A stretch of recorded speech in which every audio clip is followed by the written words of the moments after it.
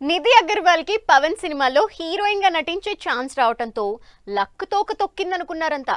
ఇప్పటి వరకు యంగ్ హీరోలతో స్క్రీన్ షేర్ చేసుకున్న ఈ బ్యూటీ పవర్ స్టార్ తో జోడీ కట్టడంతో ఒక్కసారిగా ట్రైనింగ్ లోకి వచ్చేసింది.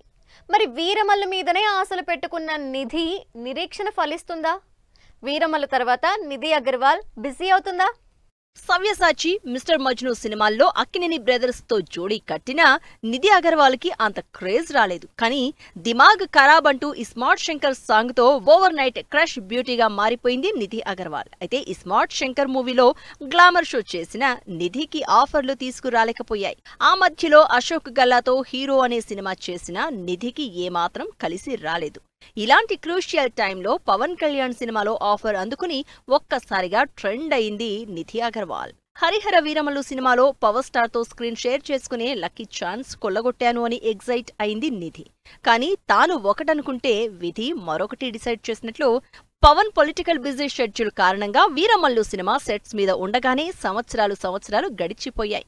ఫైనల్లీ నిధి అగర్వాల్ నిరీక్షణ ఫలించే టైం వచ్చేసింది. ఎట్టకేలకు హరిహర వీరమల్లు సినిమా థియేటర్స్ లోకి వచ్చేందుకు రెడీ అయింది. జూన్ 12న ఆడియన్స్ ముందుకు రాబోతున్న ఈ సినిమా వరుస ప్రమోషన్స్ తో ఇండియా వైడ్ అటెన్షన్ క్రియేట్ చేస్తోంది. లేటెస్ట్ గా చెన్నైలో నిధి అగర్వాల్ కి సంబంధించిన తారా తారా అనే సాంగ్ ని రిలీజ్ చేసి సినిమాలో ఓన్లీ యాక్షనే కాదు గ్లామర్ కి కూడా స్కోప్ ఉందని హింట్ ఇచ్చింది వీరమల్లు టీం. ఇండస్ట్రీలో 8 ఏళ్లుగా కష్టపడుతున్నారని గుర్తింపు హరిహర వీరమల్లు సినిమాతో వస్తుందని ఆశగా ఎదురు చూస్తోంది నిధి అగర్వాల్.